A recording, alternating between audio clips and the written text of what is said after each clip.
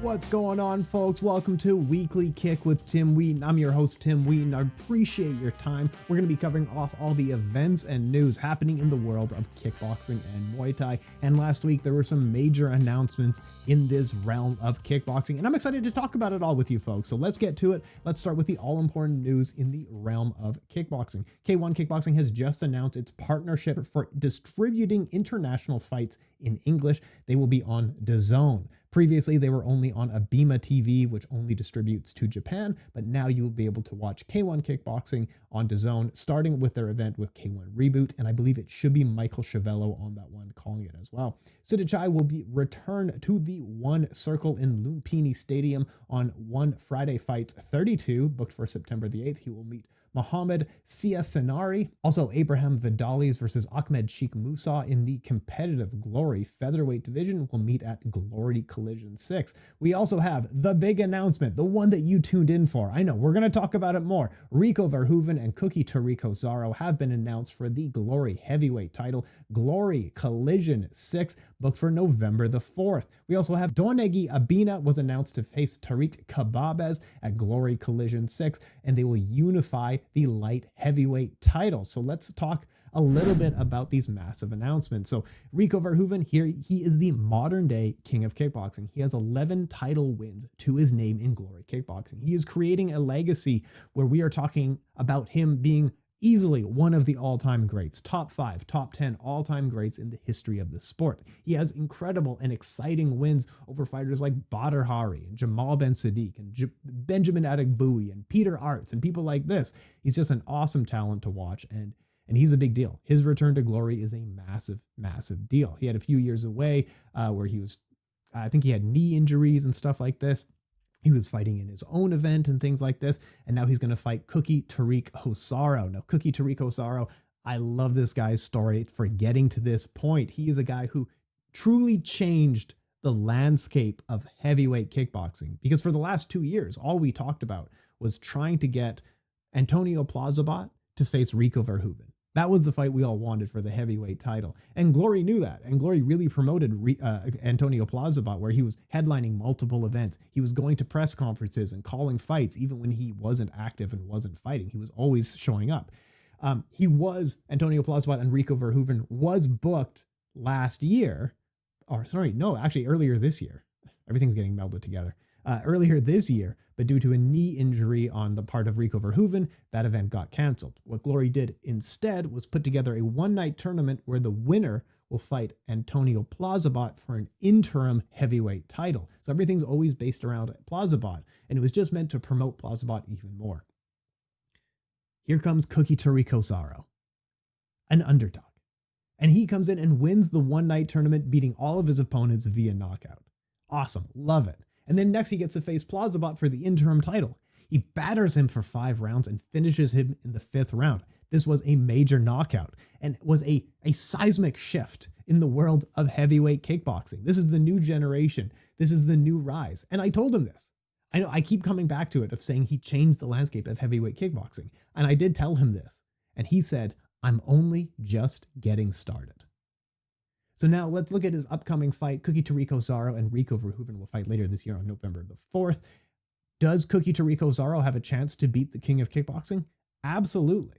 Because look, let's be real about Rico Verhoeven for a second. He's a tremendous talent, but his biggest skill is his grit and determination, because that's what we constantly see in fights with him, because he gets hit all of the time. Even in his last fight, Jamal Ben Sadiq, what was he, 4 punches away from winning? Was he 1 punch away from being the next champion? Badr Hari, 1 more knockdown, would he have beaten Rico Verhoeven? Rico Verhoeven has the tremendous skill of getting beaten up in the first couple of rounds just to come back in the later rounds. And it creates tremendous stories. It creates great storytelling, and it creates great fights. Now we're a few years on. Maybe is Rico Verhoeven still in his prime? We don't know. And that's we'll see in the next fight, because I'm not entirely certain of that, but everyone is going to be talking about that. He's also coming off a knee injury. He was fighting in his own event last year. Prior to that, he was a little bit inactive. He's been fighting less than once a year. He's been doing a lot of movie work. So his motivation, we don't know. These are certainly taglines that they're going to use to sell the event. But if you're going to pick a moment to face Rico Verhoeven's in his own title reign, now's probably the best time. Tariq Osaro has the best chance of beating him out of any of the other opponents that Rico Verhoeven has faced for the last several years. And like he said, he's just getting started. He is only just coming into his skills now. Before this, he was a physical presence and a very, intimidating fighter. Now he has so many more skills. He has so many more folds to his game. Tariq Osaro may get it done, but I'm excited for it. Also on Glory Collision 6, Donegi Abena and Tarik Khbabez will unify the light heavyweight titles. Donegi Abena won the title, beating Sergey Masleboyev, captured the throne then. He was supposed to face Tarik Khbabez earlier this year, just a few months ago, but due to food poisoning, Donegi Abena was forced to pull out of the fight. And then there was some back and forth on Twitter. People didn't believe Donegi Abena. I don't know. I don't know the true story. He's fighting with Glory at the same time. Tarik Khbabez is yelling at him, all these things. But anyway, so Tarik Khbabez faced someone else. So he won an interim title in the light heavyweight division. So this will be the champion versus the interim champion. Tarik Khbabez is, of course, a fan favorite for good reason. He is a tremendous Moroccan fighter who has gone to war against everyone in this division, through the light heavyweight and heavyweight divisions. He has faced people like Rico Verhoeven, and he's faced people like Sergey Masleboyev and Luis Tavares and Antonio Plazabot, and just had these awesome wars against them over and over again. Sorry, not Luis Tavares. I was thinking of Levi Rigters. And he's an awesome fighter to tune in for. Like, he had a fight of the year against Sergey Masleboyev at Glory Collision 4, one of my favorite fights of all time. He digs deep. He always comes forward, just in tremendous determination. Now he has 2 TKO wins in a row, and now he gets to face the champion, Donegi Abena. I really like Donegi Abena's story because he was a very promising talent. Professionally, he made his debut at like 17 or something like that. And then very quickly, he rose through the ranks and fought like Jairzinho Rosenstruck. He fought Jairzinho when he was like 18 or something like that. He entered Glory and was very quickly fighting for the championship. And he had the opportunity to become the youngest champion in Glory history. And he was fighting tremendous talents like Artem Vakitov and Alex Pereira, Luis Tavares, Sergey Masleboyev, and was struggling in these bouts. So essentially, he was a promising talent through this time, and he was developing talent. After that, he changed camps, and it completely changed the trajectory of his career. So no longer was he just a promising talent. He became an incredible fighter. He became far more talented than what he was before. And it was amazing to see. So he beat Felipe Michelini to qualify for the title shot. He then beat Sergey Masleboyev, and now he's going to be fighting Tarik Khbabez. But just tremendous fighter. One of my favorites to watch. I like Donegi Abena quite a bit. And Glory Collision 6, co-main event, light heavyweight title. Glory Collision 6 on November 4th will also see the heavyweight title, the return of Rico Verhoeven. I'm excited for it. Last week, we had the Rise World Series 2023 second round. It was an awesome fight series. Like, there was 3 major fights on this card that I want to talk about. The whole event was really exciting, and I really enjoyed watching it. This was their ongoing tournament at 54 kilograms, where they have some pound for pound top fighters facing off. They have champions from the super flyweight and flyweight divisions coming in to this tournament. And it was awesome to see. And then what transpired in the bouts was about as good as you can get in kickboxing. They weren't brawls. They weren't wars. These were technical masterclasses going back and forth where fighters are making adjustments. So let's get to it. So Toki Tamaru defeated Kazuki Osaki by defeating him via unanimous decision. This was a really interesting fight. Really enjoyed watching this bout. So Toki is a southpaw striker, and Osaki, he's a top pound for pound striker in kickboxing. Kazuki Osaki came out with a tight defense. He was putting on a lot of pressure. At one point, it became a battle of like 2 peekaboo style fighters where both of them are leaning in with their gloves. The problem when you have that high guard, it does leave an opening for uppercuts and knees and things like that. Toki was able to find some openings, and really Toki Tamaru has really got a good eye for timing, because he was able to find a home for the left hook a few times, his lead hook, which would be his right hand, his lead hook. And then in the third round, he landed another hook, and these really changed the trajectory, really changed the color of the fight. But this was a rematch from a few years ago. So now these two have fought twice, and it's 1-1 in the series. I think you could honestly, for how closely skilled these two gentlemen are, you could have them fight 10 times or 5 times, and every time out you get a different result because of how close it was. So it was a majority decision. So one of the judges did score it a draw. But yeah, Toki Tamaru moves to the finals of this tournament, which was an upset, and he's going to face the other upset in Kumandoi Petchyindee Academy, who was able to defeat Shiro Matsumoto by unanimous decision. And already this is probably my favorite fight of the year. I love this bout. This was such a good one. Shiro is so highly skilled. Kumandoi is so highly skilled. It was amazing to see. Again, it wasn't a brawl. This was two highly skilled fighters at the peak of their game squaring off. So let's take a look at it, because they were making lots of adjustments. So Shiro has a very good right hand, and he was landing it for the first minute there. He would also fake his right hand into other things like low kicks, and Kumandoi countered this by throwing lots of lead body kicks. So it would have been his left kick to the body. And then what that causes is Shiro's right hand has to stay glued to his face and body to protect himself from getting kicked. And then that shuts down the right hand a lot more. And then Shiro wasn't able to figure out the timing. You know, he was trying to counter here and there, but just couldn't get the timing right because of how good Kumandoi's lead kick is. And then the lead kick was the story of this entire fight. It was awesome to see the lead kick to the body. And he even got a knockdown scored off of it because he threw lead kick, keeping the right hand tight. He did another lead kick. He did a third lead kick in a row into a punching combination and scored a knockdown. And it looked like Shiro looked pretty compromised there, in all honesty. But Shiro got up and began making adjustments. So against a very heavy kicker, what you can do is pressure this fighter a lot. Always have him on the back foot, because it's harder to kick going backwards. It's harder to kick, if your opponent is always pressuring you. But even then, the kicks and the punches, everything from Kumandoi was just absolutely amazing. Even while being pressured, he still has the snap on it. He's still so quick on it. Even with the adjustments back and forth, it was a very close fight, but Kumandoi got it done, got the decision. So now Toki Tamaru and Kumandoi will meet later this year in December for the final match of this tournament. And we got two underdogs going to the final after two really impressive bouts. I can't wait for it. Rise has done such a great job this year in putting together these divisions and developing these divisions. So they don't have champions fighting bums every once in a while. They are developing the talent in these divisions. Awesome to see. Awesome to see. In the main event of this card, you had Yaman, and he is a superstar in the making. So Yaman fought Hiroto Yamaguchi, and Yaman was able to win via second round knockout. And it was exactly as we expected that Yaman would go to war in this bout. He got dropped in the first round and then rallied back to win a knockout in the second round. And this was for an open-fingered kickboxing world title. Now, Yaman has all the makings of a superstar with his press conferences and walkouts and his fighting style. And that's why he got the main event spot on this bout. But I want you folks to also go and learn about his story, because he just has a tremendous story.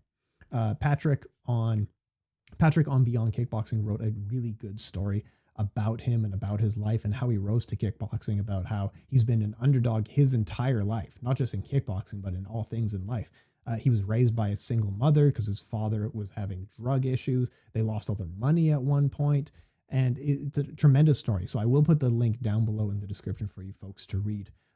But yeah, Yaman is one of those people. Definitely keep an eye on him, because he is one of the most entertaining fighters in kickboxing with maybe one of the best stories. We also had this weekend Krush 152. Now, I'm not going to spend a ton of time talking about this, but there was two fights on it that were a ton of fun. Krush is always an exciting bout. They're not always the biggest names, but it's always a ton of fun to watch. So Kazuki Osaro was able to defeat Hyung Woo Park by first round knockout by battering his body. It was a ton of fun to watch. You also had Yuta Matsuyama defeat Woo Hyung Jang by knockout in the first round using a flying knee. Oh, just electric, exciting to see. These aren't out on YouTube just yet, so I will put the links down below for the Twitter account where you can see them. They're on the official Twitter account. I won't put them next to my head because I don't think K1 likes that. Anyway, for the Rise fights that I was just talking about a minute ago, they will be on the Rise YouTube channel in the coming days as well.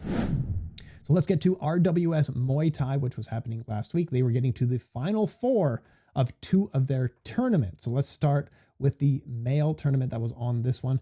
You had Lamnammoonlek was able to defeat Buakhiao after quite a back and forth war. It was a really exciting fight of 2 guys who are currently highly ranked in pound for pound Muay Thai, like top 10 guys in pound for pound Muay Thai.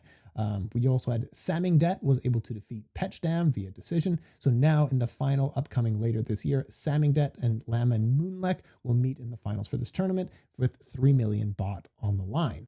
You also had the women's final 4 with Somratsamee was able to get a unanimous decision win over Kamlaipetch. In an upset victory, Ngaoprajan Looksaikongdin was able to defeat Sevgi Venom Muay Thai Gym. This was quite an upset, but it was a really good fight. It was a back and forth war between these two, and it was awesome to see. They were landing tons of elbows against one another, but you can see by the Looksaikongdin sisters who were ringside for this bout how much it meant and how exciting it was to see them overcome Sevgi, who was by far the favorite to win the entire tournament. So now we have Somratsamee and Ngaoprajan will fight later this year for the women's final. But whenever one of the Looksaikongdin sisters fight, you always see all the comments being like, how many sisters are there? Like, how many girls are there? How many are there? Well, there's a lot.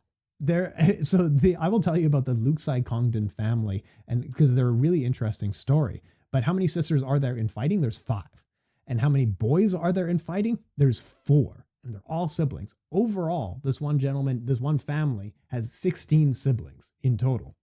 Their father, who is named Ngaoprajan, founded a gym, the Looksaikongdin Gym, to train all of his children in boxing and Muay Thai. And his motivation was that, I've got a lot of kids.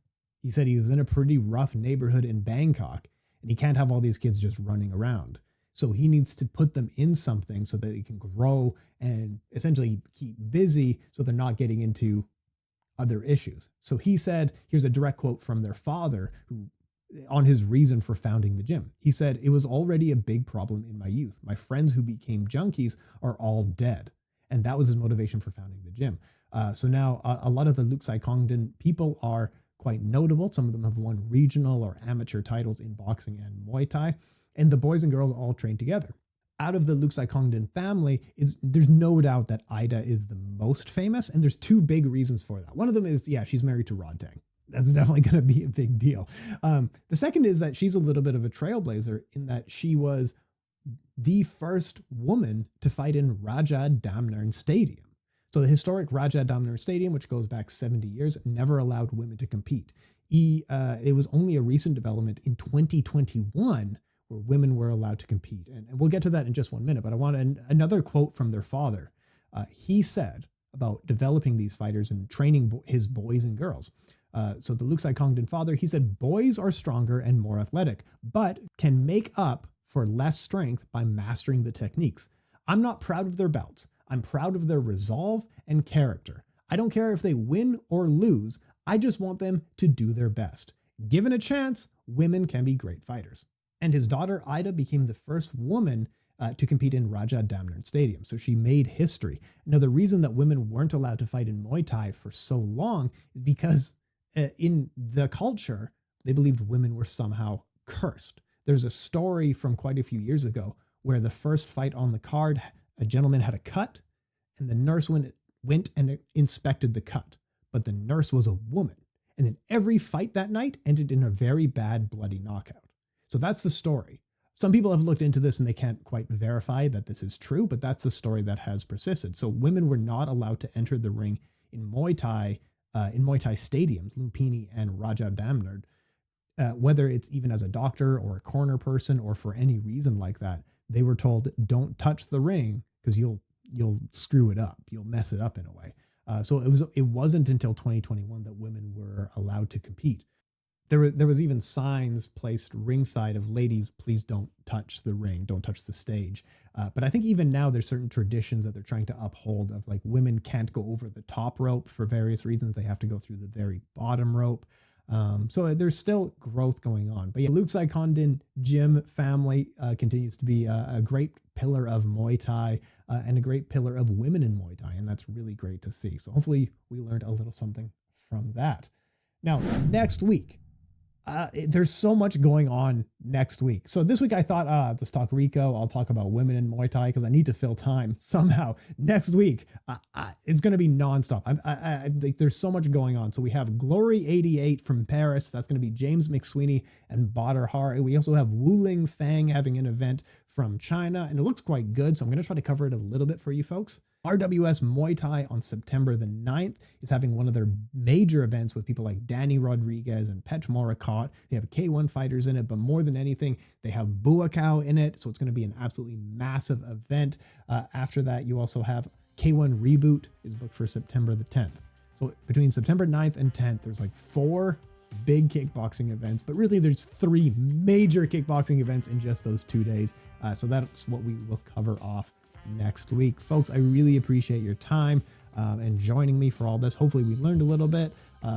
If there's any other notes or questions or corrections, please let me know. Contact me on Instagram, Twitter, or comment down below. I'll put the links down for everything that I was talking about, including the Rise and K1 knockouts that maybe I wasn't able to show here. But folks, thank you so much for joining me.